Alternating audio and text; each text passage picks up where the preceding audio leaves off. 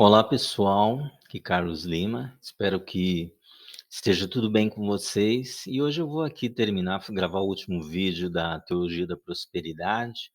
E a pergunta é: por que a Teologia da Prosperidade funciona para uns e para outros não?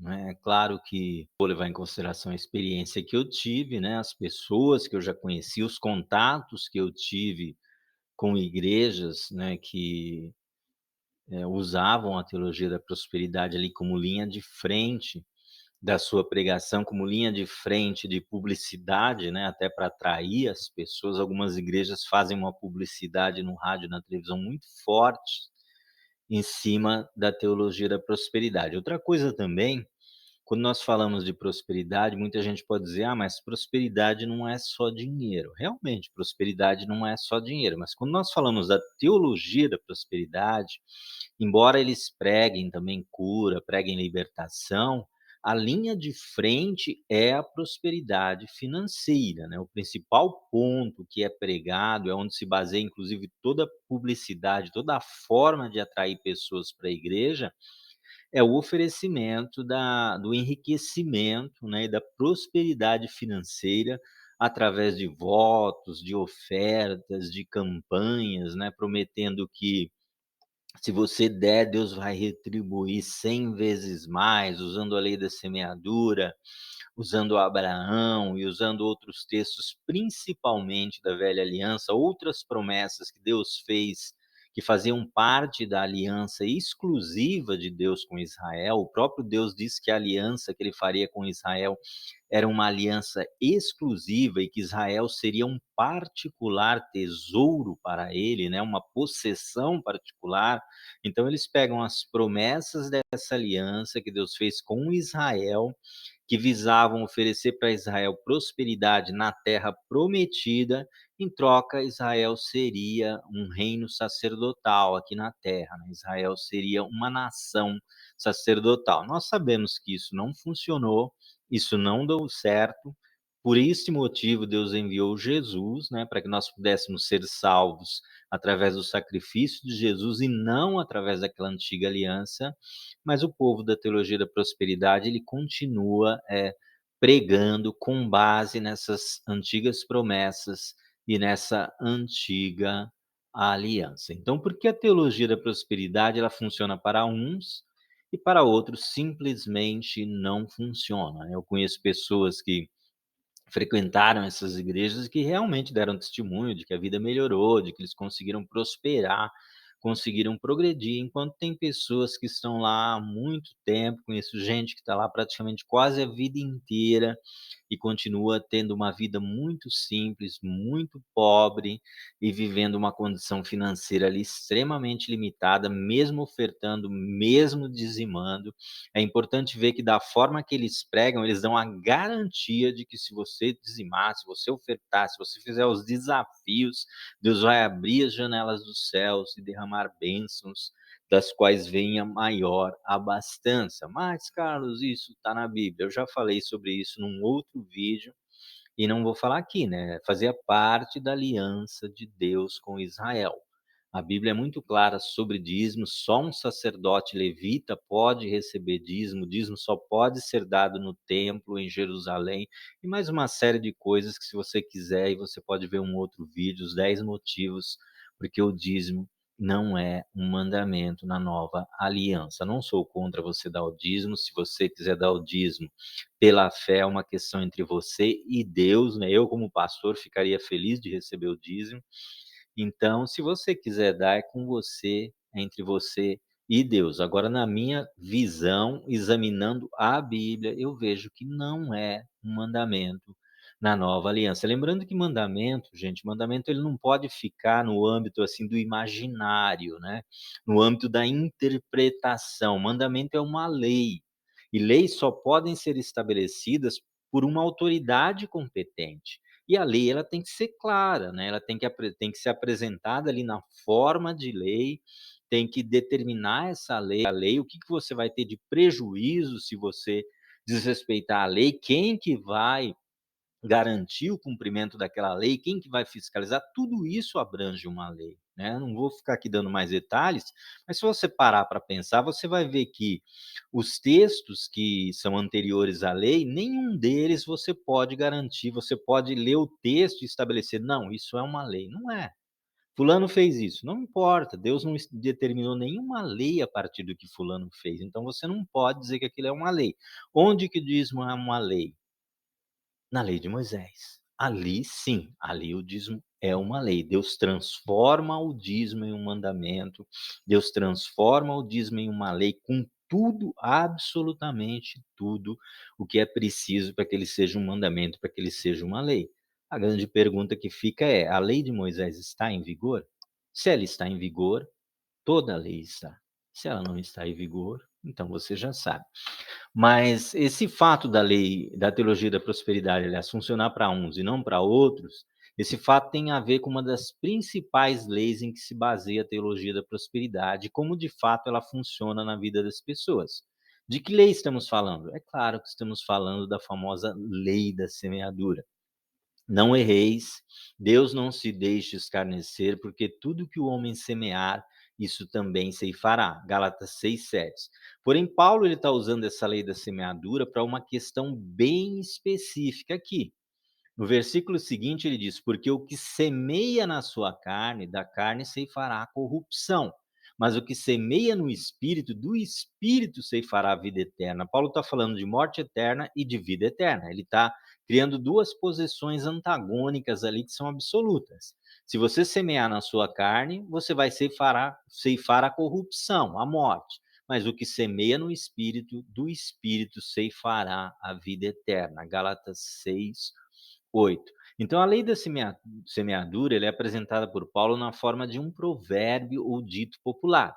Porém, se você for olhar, você vai ver que a lei da semeadura ela se estende por toda a Bíblia. Salomão fala que há tempo de plantar, tempo de colher. O próprio Paulo fala que quem semeia pouco, colhe pouco, quem semeia muito, colherá muito. Podemos chegar à conclusão, então, que não há o que se questionar sobre a lei da semeadura, já que ela está ali espalhada por toda a Bíblia. Porém, quando você chega ali na Nova Aliança e Jesus começa o seu ministério, existe a parábola do semeador, né. Então Jesus, quando fala da parábola do semeador, ele deixa algumas coisas muito claras. Ele deixa claro que não basta apenas semear, é preciso semear no lugar certo, em alguns casos preparar a terra, depende da terra que você semeou, é preciso encontrar condições favoráveis para que a semente possa germinar, produzir e dar muito fruto ou não produzir nada. Existem situações em que a lei da semeadura ela não estará debaixo de uma condição absoluta, como no caso que foi citado por Paulo. Uma série de fatores poderão fazer com que a semente ela consiga germinar, crescer saudável, produzir frutos ou não. Pode ser que você plante e você não colha nada, né. Quantas vezes aí nós já ouvimos falar de antigamente era mais comum nuvens de gafanhoto, mas hoje existem secas, né, existem chuvas também excessivas, você tem geadas, neve, uma série de condições, pragas que podem vir sobre a lavoura, e a pessoa planta, faz tudo certinho, faz tudo direitinho e ela não colhe nada. E o que que Jesus diz aí na parábola do semeador? Certo homem saiu para semear, enquanto semeava, uma parte da semente caiu à beira do caminho, e os pássaros vieram e as comeram, comeram a semente. A outra parte caiu no meio de pedras, onde havia pouca terra. Essas sementes brotaram depressa, pois a terra não era funda, mas quando o sol apareceu, elas secaram, pois não tinha raízes, né? Havia pedras por baixo da terra, era preciso estender as raízes profundamente para pegar a umidade da terra, para poder proteger ali a planta, mas como não tinha profundidade, né, ela não conseguiu atingir profundidade, o sol acabou queimando e matando a semente. Outra parte da semente caiu no meio de espinhos, né. O que que aconteceu com os espinhos? Eles cresceram e eles sufocaram essa semente, não permitiram que ela respirasse, não permitisse que ela recebesse a luz do sol, não permitiram que ela obtesse a umidade necessária da terra e ela acabou morrendo também. Porém, uma outra parte caiu em boa terra e essa deu frutos, produzindo 30, 60 e até mesmo 100 vezes mais do que tinha sido plantado, né. Então Jesus diz: "Quem pode ouvir, ouça", né. Quem tem capacidade para entender o que está sendo dito aqui, entenda. Mateus 13, de 4 a 9. Então, a que conclusão nós chegamos com isso? Bem simples. Se alguém te apresenta a lei da semeadura, você precisa saber se ela está em uma situação absoluta ou não. A maioria dos provérbios, eles são apresentados de uma forma absoluta, né? Se você fizer A, vai acontecer B. Mesmo que em uma análise mais profunda, você consiga perceber ali que existem exceções para aquele provérbio, né? Nem sempre, se você fizer a coisa, vai acontecer exatamente do jeito que o provérbio diz. Mas o provérbio, ele sempre vai falar da situação que acontece, em 90% das vezes, mas ele sempre vai falar como se ela acontecesse 100%, ou seja, como se ela fosse extremamente absoluta, ou seja, ele coloca a situação como se não existisse nenhuma possibilidade de acontecer de outra forma. Então, provérbios e ditados são frases curtas, né? Eles têm a função de aconselhar, de advertir, e ao mesmo tempo eles transmitem um ensinamento. A principal função é te transmitir um ensinamento, né, que possa te guiar pela sua vida. Alguns deles possuem rimas, recursos que facilitam a memorização, e o interessante é que quem criou o provérbio, ele não tem preocupação com as possíveis exceções, né? Se existem exceções, a pessoa que criou o provérbio, ela não está preocupada com as exceções, porque a principal função é te ensinar alguma coisa, como por exemplo, se eu disser para você que eu quero te ensinar que é preciso plantar para poder colher. Se você não plantar, você nunca vai colher, você está com medo de plantar. Eu quero te ensinar que você precisa plantar se você quiser colher. Eu vou dizer para você: quem planta, colhe. Mesmo que eu saiba que às vezes você pode plantar e não colher, mas a intenção do provérbio, a intenção desse dito é te motivar a plantar. Então eu digo para você: quem planta, colhe, porque na verdade, se você nunca plantar, você nunca vai colher. Mesmo que de vez em quando você plante e não consiga a colheita ali na hora, você pode colher depois ou pode colher numa outra colheita, ainda pode plantar de novo. Então, sempre que você plantar, você vai ter a opção de colher. Agora, se você não plantar, aí você tem a certeza de que realmente você não vai colher absolutamente nada.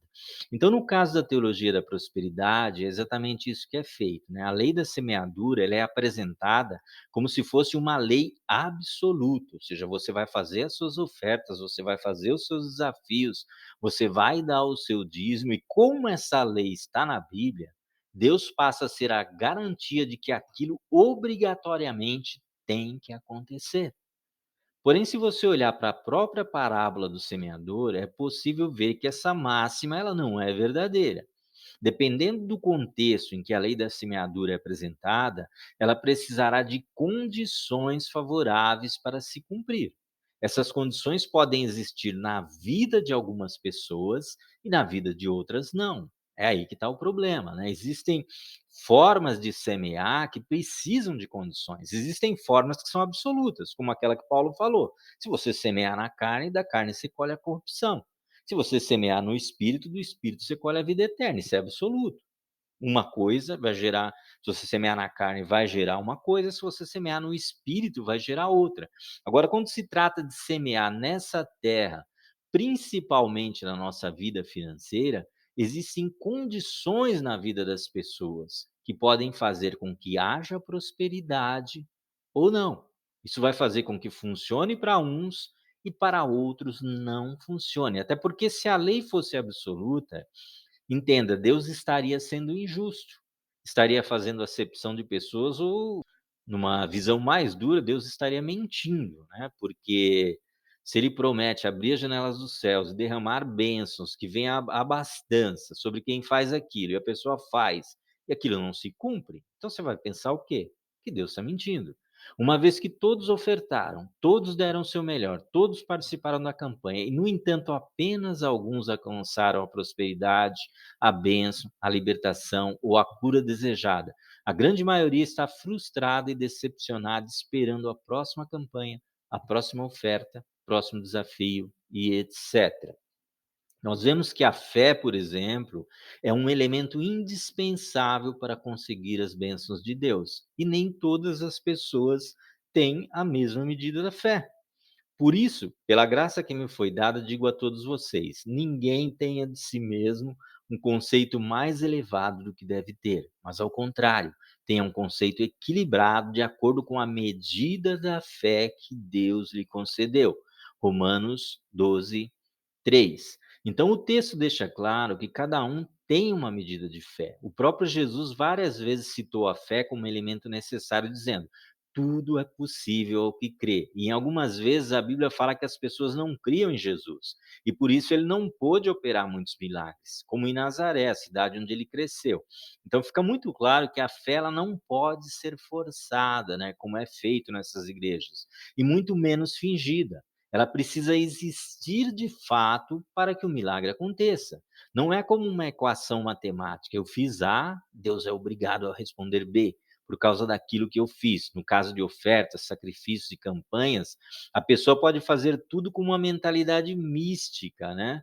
E achando como outras religiões, que porque você fez lá os encantamentos, fez as ofertas, fez os rituais, sem ter uma fé verdadeira, sem compreender que Deus exige mais do que rituais de ofertas e sacrifícios para te abençoar, mas simplesmente porque você fez isso, Deus será obrigado a te abençoar. Esse é o ponto, para mim, trágico, né, da teologia da prosperidade. Eu separei aqui um texto de Isaías, em que Deus fala com Israel sobre isso que eu estou falando com vocês, mesmo Deus tendo feito todas aquelas promessas para Israel. Você vai ver o que Deus fala aqui.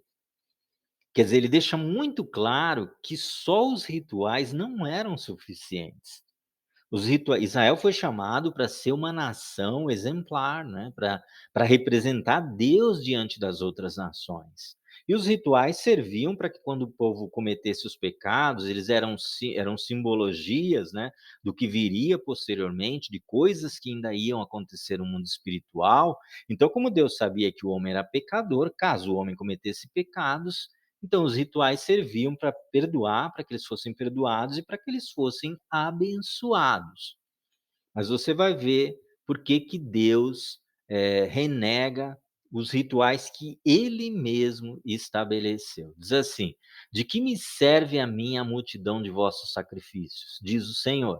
Já estou farto dos holocaustos de carneiro e da gordura de animais cevados. Nem me agrado do sangue de bezerros, nem de cordeiros, nem de bodes. Quando vindes para comparecer perante mim, quem requereu isso de vossas mãos? Que viesseis a pisar os meus átrios." Veja o que Deus está dizendo aqui. Deus pergunta: quem requereu isso das vossas mãos? A pergunta parece absurda, porque quem requereu foi o próprio Deus. O próprio Deus criou as leis, entregou a Moisés, que exigia que eles fizessem isso. Só que Deus não queria só os sacrifícios, Deus não queria só as oferendas. Tem um outro texto em que ele diz: "Misericórdia quero, e não sacrifícios." Deus queria que o povo estivesse à altura de poder oferecer aqueles sacrifícios, que a nação se tornasse uma nação íntegra, uma nação amorosa, uma nação piedosa, uma nação que representasse Deus, e os outros atributos seriam apenas um complemento. "Não continueis a trazer ofertas vãs. O incenso é para mim abominação, e as luas novas, e os sábados, e a convocação das assembleias. Não posso suportar iniquidade." Deus deixa claro por que ele não está querendo receber os sacrifícios. Por isso que eu disse para você que só o sacrifício não basta. E aqui no caso é mais sério, porque aqui Deus tinha uma promessa com Israel. Realmente Deus tinha prometido. Então, nem mesmo a reunião solene, as vossas luas novas, as vossas solenidades, a minha alma as odeia, já me são pesadas, já estou cansado de as sofrer. Aquilo que era para ser uma bênção virou um sofrimento para Deus, né. Por isso, quando estendeis as vossas mãos, escondo de vós os meus olhos, e ainda que multipliqueis as vossas orações, não as ouvirei, porque as vossas mãos estão cheias de sangue. Lavai-vos, purificai-vos, Deus diz o que eles deveriam fazer. Tirai a maldade dos vossos atos de diante dos meus olhos. Cessai de fazer o mal, aprendei a fazer o bem, procurai o que é justo, ajudai o oprimido, fazei justiça ao órfão, tratai da causa das viúvas. Deus está sendo claro com Israel. Ele precisa amar a Deus e amar o próximo. Isso, na verdade, era a base da lei, né. Mas se eles não conseguissem fazer isso, tudo o resto perdia o sentido, perdia sua função. Vinde então, Deus fala: "Se vocês fizerem isso aqui que está citado aqui em cima, então venham e me interroguem, diz o Senhor, cobrem de mim, né. Ainda que os vossos pecados sejam como a escarlata, eles se tornarão brancos como a neve. Ainda que sejam vermelhos como o carmesim, se tornarão como a branca lã. Se quiserdes e obedeceres, comereis o bem dessa terra." O que Deus está dizendo? Que isso aqui em cima, lavais, os purificais, os tirai a maldade, aprendei a fazer o bem, procurai o que é justo, ajudai o oprimido, fazei justiça ao órfão, tratai da causa das viúvas, isso era o que tinha real importância. E o resto eram só complementos. Então, se você fizer isso, aí você pode cobrar Deus. Se você tiver esse tipo de vida, aí você pode pedir para Deus. Você pode falar: "Senhor, cumpra as suas promessas na minha vida." Agora, o simples fato de você oferecer sacrifícios, oferendas e coisas do tipo, se você não tiver uma vida correta, uma vida íntegra, e na nova aliança funciona através da fé, se você não tiver a fé necessária, você não vai conseguir nada, né. Você realmente vai ficar no vazio. Mas se recusardes, veja bem, fordes rebeldes, sereis devorados à espada, porque a boca do Senhor disse: como se fez prostituta a cidade fiel. Ela que estava cheia de retidão, a justiça habitava nela, mas agora são homicidas. A tua prata tornou-se em escória, o teu vinho se misturou com água. Olha o que Deus fala dos líderes. Os teus príncipes são rebeldes e companheiros de ladrões. Cada um deles ama as peitas e anda atrás das recompensas, né? Só quer a recompensa. Não fazem justiça ao órfão e não chega perante eles a causa da viúva. Porque vos envergonhareis pelos carvalhos que cobiçastes, e sereis confundidos pelos jardins que escolhestes.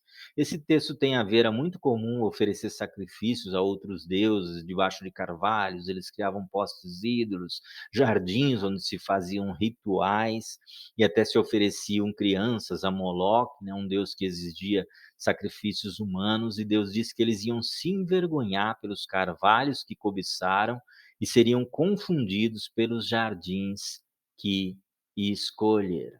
Então a velha aliança era repleta de sacrifícios, né, ofertas e cerimoniais, e até algumas coisas que podiam ser chamadas de rituais místicos, né, porque o misticismo, na verdade, ele tem a ver com você lidar com forças místicas, com forças sobrenaturais, com forças espirituais. Porém, Israel foi chamado para ser uma nação sacerdotal e mostrar ao mundo os valores do Deus de Israel. O contato com outras nações e as bênçãos recebidas através destes cerimoniais fizeram com que o povo acreditasse que tudo acontecia por causa dos cerimoniais apenas. Se eles cumprissem todos os cerimoniais, Deus seria obrigado a cumprir tudo que lhes prometeu. Isso fez com que muitas vezes a nação se voltasse para outros deuses que tinham rituais e promessas diferentes, que eles achavam, né, que eram melhores, aparentemente mais vantajosas do que as promessas feitas pelo Senhor. Na verdade, os rituais só fariam sentido se eles fossem fiéis em todos os seus caminhos, e quando cometiam algum deslize, o Senhor aceitava os rituais com sacrifícios e os perdoava e os abençoava para que eles pudessem seguir adiante. Porém, quando eles se tornavam ímpios e desobedientes, o sacrifício e as oferendas, elas perdiam sentido. Tudo aquilo simbolizava as coisas que ainda iriam acontecer. Cristo morreria para nos livrar das fraquezas da nossa carne e não para compactuar com pessoas perversas de coração, rebeldes, malignas, enganadoras, assassinas, etc. Os rituais que eles achavam que atrairia a bênção de Deus se tornou uma abominação diante do Deus eterno. Por isso, quando estendeis as vossas mãos, escondo de vós os meus olhos. E ainda que multipliqueis as vossas orações, não as ouvirei, porque as vossas mãos estão cheias de sangue. A fé, aliada à obediência, são as únicas coisas com capacidade de mover as mãos de Deus a nosso favor. E não podemos nos esquecer que existem outras forças agindo nesse mundo. Poder, fama e prosperidade financeira nem sempre são sinais da bênção do Senhor sobre a vida de alguém, né? Isso quer dizer que é pecado ter prosperidade financeira? Claro que não. Eu desejo ser próspero em todas as áreas da minha vida, incluindo a financeira, e desejo que você seja próspero também. Só que isso não vai acontecer apenas porque você está dando ofertas, praticando rituais ou sacrifícios. A vida e os ensinamentos de Jesus deixam claro que Deus não faz esse tipo de barganha. E o texto que nós lemos em Isaías também. Então, nas parábolas de Jesus existem muitos ensinamentos falando de como funcionam as leis desse mundo. Ele fala muito de princípios de administração e até de leis que parecem injustas e de como elas agem e funcionam. Você se lembra daquela famosa parábola, né, aquela lei: "Eu lhes digo que a quem tem, mais será dado, e a quem não tem, até o que tiver lhe será tirado." Lucas 19:26. É uma parábola que Jesus conta sobre um rei que vai para uma terra distante, distribui dinheiro para os seus servos, e quem recebeu mais dinheiro consegue multiplicar, e tem um cara que recebeu só uma moeda, ele esconde e guarda na terra. E quando o rei volta, ele fica bravo com aquele servo e fala: "Ó, tira dele e dá para o que tem 10 moedas." O pessoal falou: "Ué, mas ele já tem 10." Aí ele diz: "Mas o que tem será dado, e ao que não tem, até o que tem lhe será tirado." Quando você lê aquilo, você fala: "Caramba, não entendi nada." Mas Jesus está usando um exemplo do que acontecia realmente no mundo material para falar do que vai acontecer no dia do julgamento, né. Se você viveu com Cristo, se você realmente amou a Deus, amou o próximo, você vai receber a herança do reino celestial. Se você rejeitou a Cristo, pisou o sangue de Cristo, você vai perder até a vida humana natural que você tinha, acabou tudo, né, para você só resta o fim. Então, nesse mundo é comum que os ricos fiquem cada vez mais ricos e os pobres cada vez mais pobres. O mundo tem suas próprias leis quando se trata de prosperidade. Aqueles que aprendem como as coisas funcionam, seguem as regras do dinheiro, se qualificam, correm os riscos, né?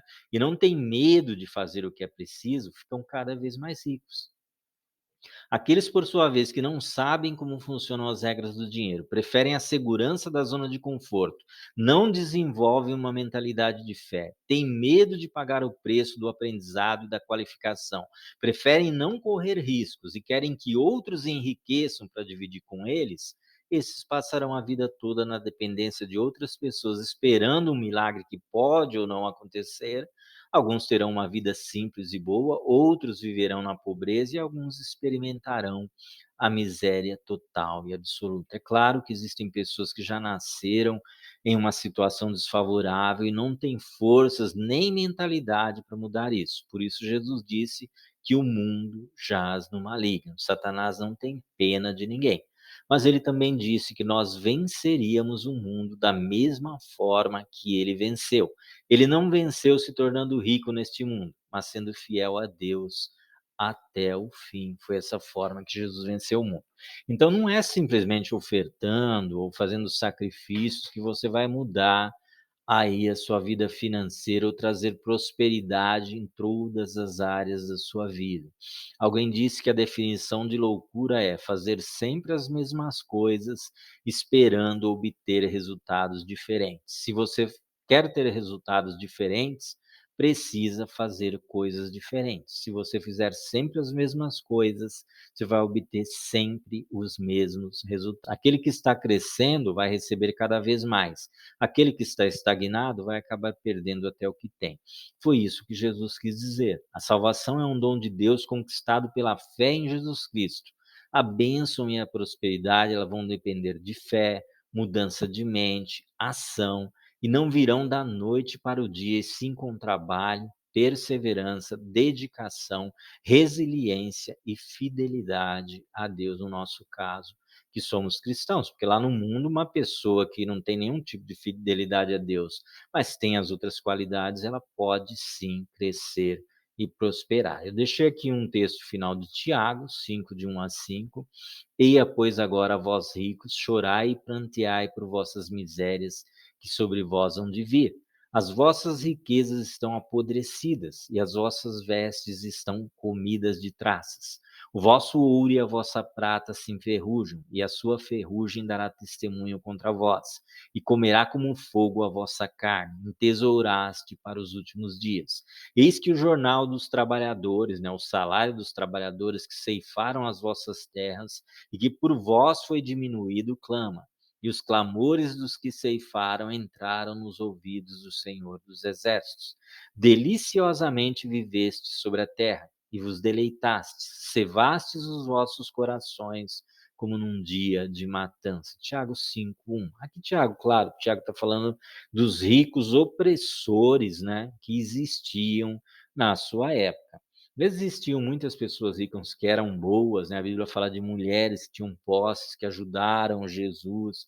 Jesus foi sepultado numa cova que era de José de Arimateia. Então, muitas pessoas boas e ricas também fizeram parte do trabalhar de Deus, fizeram parte do ministério do Senhor. Mas Jesus sempre deixou claro que aquele que coloca o reino de Deus em primeiro lugar, todos aqueles que abandonaram tudo desse mundo e colocaram o reino de Deus em primeiro lugar, tiveram uma vida simples, tiveram uma vida humilde, mas serviram ao Senhor com integridade, com fidelidade. Então você pode ser próspero? Pode. Claro que pode, não é pecado ser próspero, não é pecado ser rico. Mas é o que eu digo para você, existem algumas qualificações, porque quando se trata de riqueza, você está falando da forma como você lida com o mundo e não com Deus, né. O principal interesse de Deus é nos garantir a salvação e a vida eterna.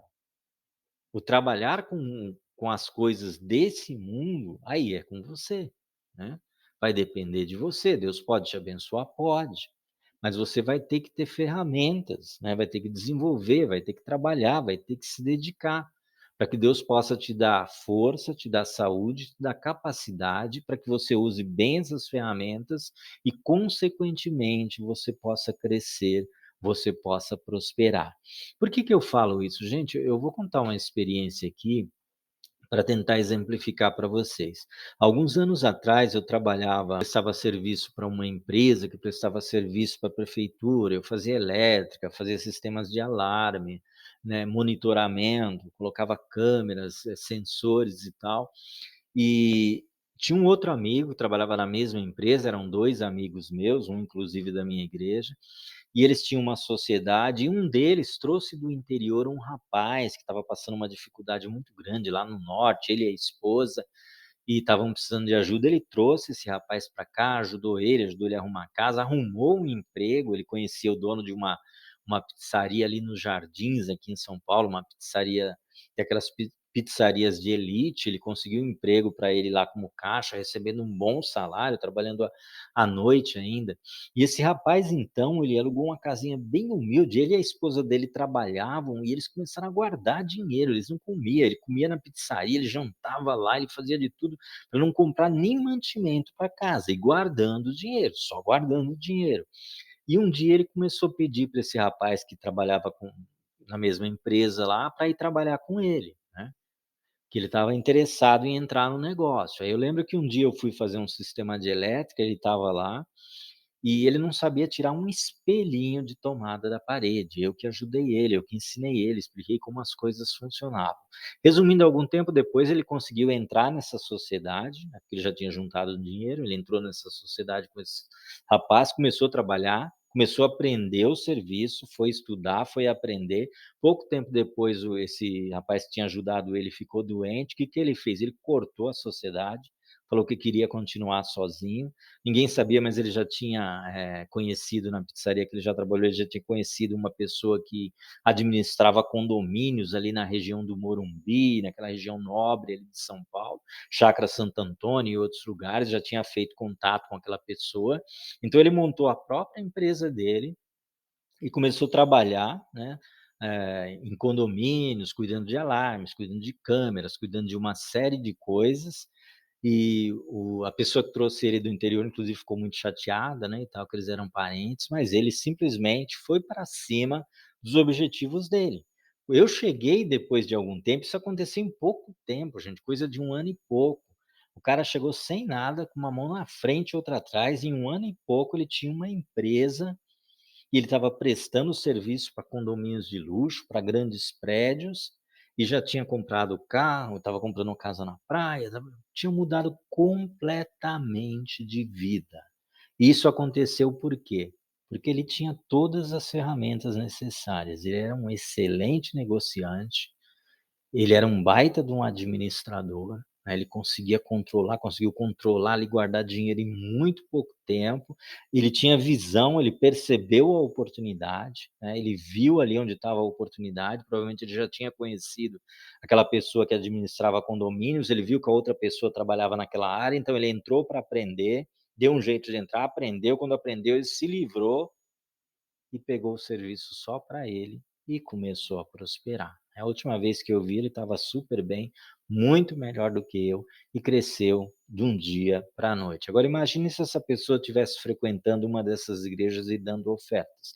Ele ia lá na frente dar o testemunho e dizer que ele prosperou por causa da oferta A, por causa da oferta B, por causa da campanha Y, da campanha Z, quando na verdade ele prosperou porque ele tinha ferramentas necessárias e ele só precisava de uma oportunidade. Quando ele saiu de lá do interior, veio aqui para São Paulo, apareceu a oportunidade, ele agarrou com unhas e dentes e mudou completamente a vida dele. Então tem pessoas que em si mesmo ela já têm essas ferramentas.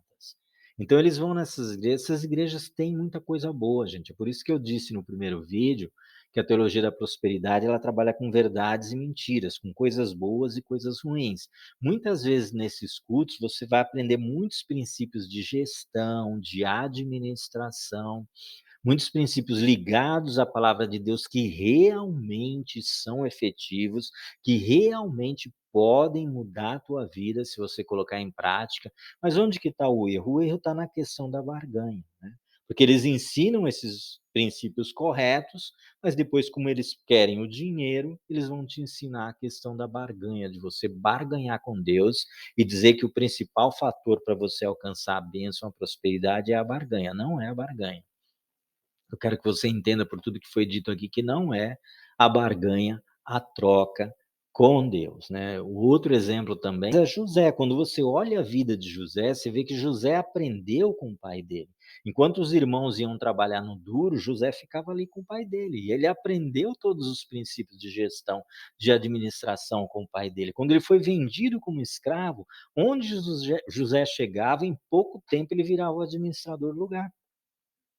Seja na casa de Potifar, quando chegou na prisão, ele virou administrador da prisão, e quando ele interpreta o sonho de Faraó, ele podia simplesmente interpretar o sonho de Faraó. Faraó ia dar um monte de presentes para ele, ia tirar ele da prisão e ele ia viver bem. Mas ele não interpreta só o sonho, ele interpreta o sonho e ele dá uma saída administrativa para o Faraó. Ele diz: Ó, você tem um problema, o problema é esse.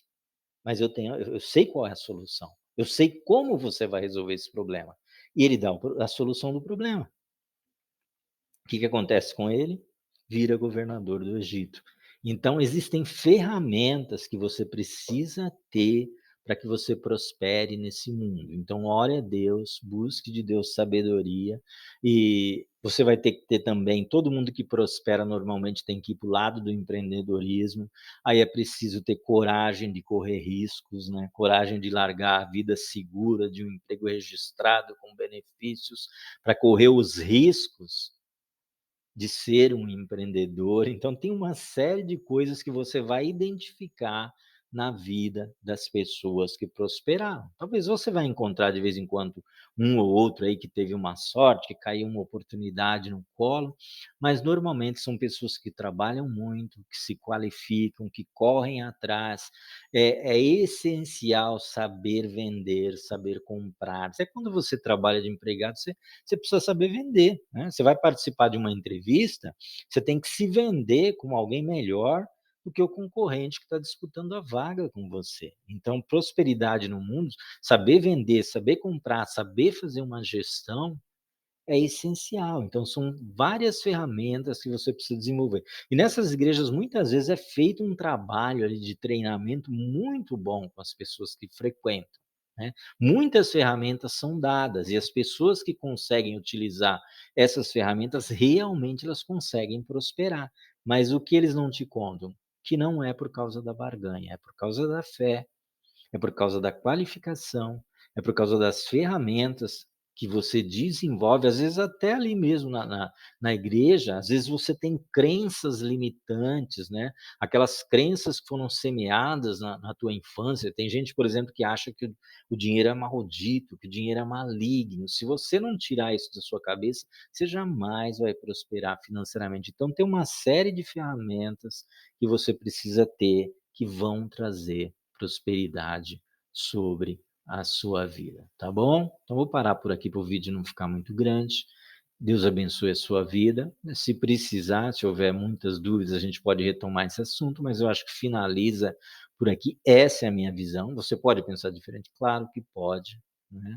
Cada um é livre, nós vivemos num país livre, somos livres, cada um é livre para pensar, para ter a sua própria linha de pensamento. Mas na forma como eu vejo dentro da Bíblia, a questão principalmente da barganha é o maior problema de quem prega a teologia da prosperidade. Então Deus abençoe você, que o Senhor te dê uma vida próspera, uma vida feliz, uma vida abençoada em todas as áreas da sua vida, tá bom?